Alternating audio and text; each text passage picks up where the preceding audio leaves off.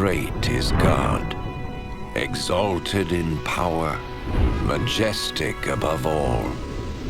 The heavens tell of his greatness. The skies display his awesome craftsmanship.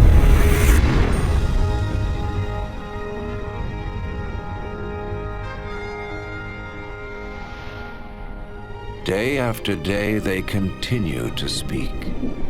Night after night they make him known. In creating the heavens, God also created the earth and formed man from the dust of the ground and breathed into his nostrils the breath of life.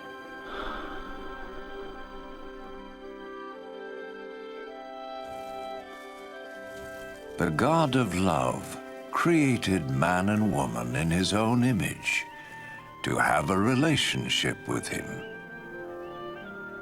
And so in the beginning, they revered and honored God and lived in harmony with him.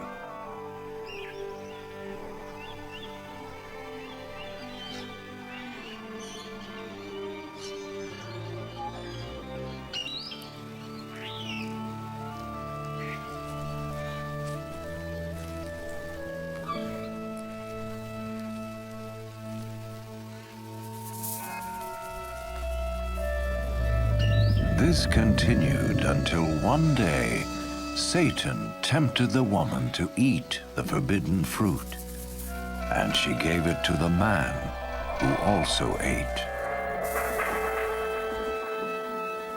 In so doing, mankind rebelled against God and went their own way.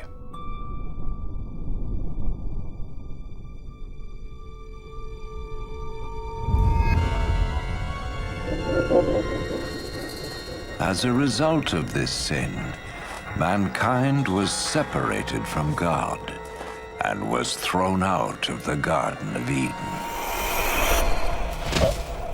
But God still loved mankind.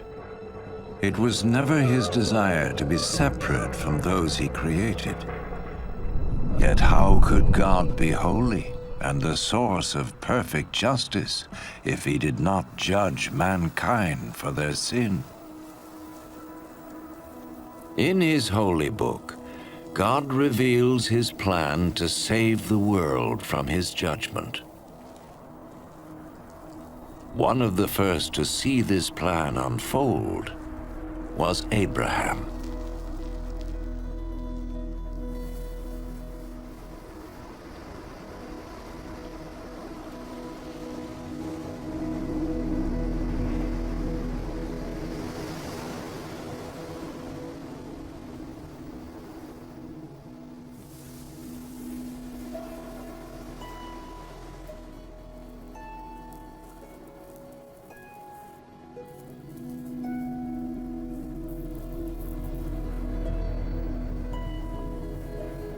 Abraham was a righteous man, whom God promised to bless and make his descendants as numerous as the sand of the sea and the stars of the sky.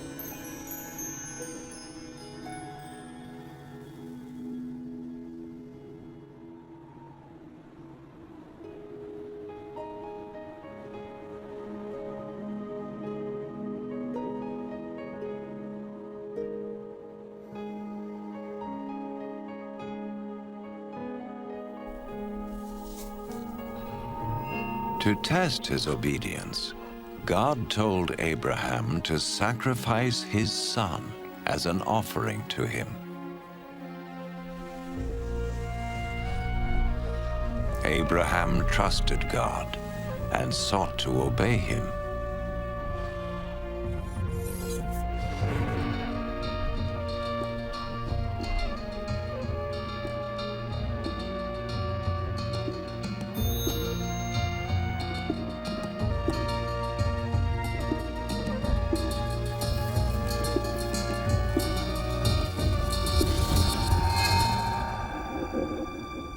But as he raised his knife to kill his son, the angel of the Lord stopped him.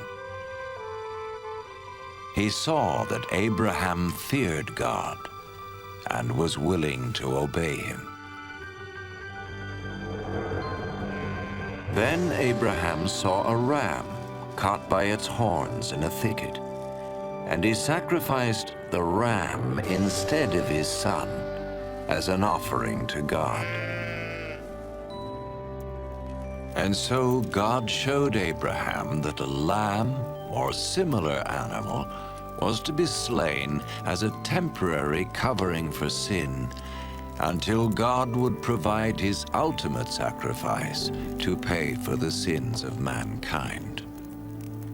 Instead of sin separating man from God, the sacrifice would restore their relationship. The Holy Scriptures speak of one who was to come and be the ultimate sacrifice for the sins of the world. As the ram took the place of Abraham's son, so this one who would come would take man's place, so he could be forgiven.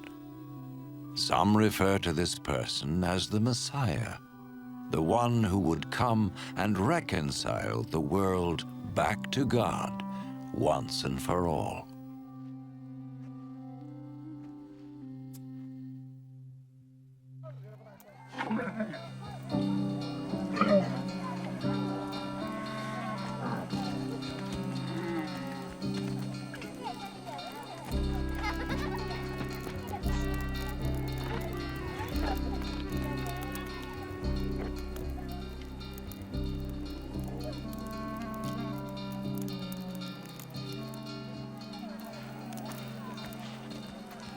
The prophets predicted many things in detail about the Messiah, hundreds of years before he appeared.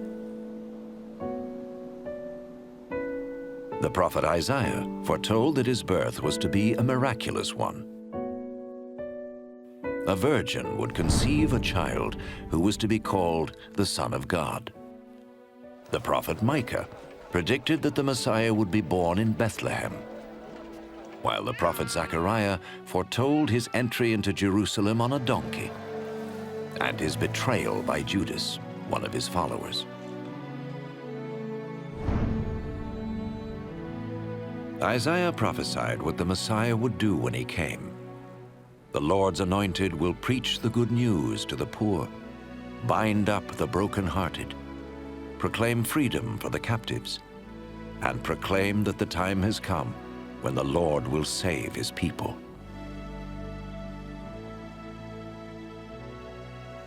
So who was the Messiah? In the first century, a prophet came called Jesus.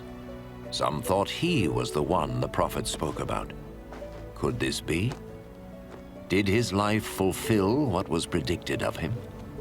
Was Jesus more than a prophet?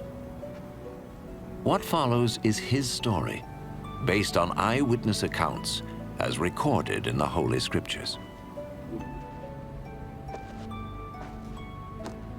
An actor plays the part of Jesus, and though no actor is worthy of such a role, it has been done so that we may understand and benefit from the life of Jesus.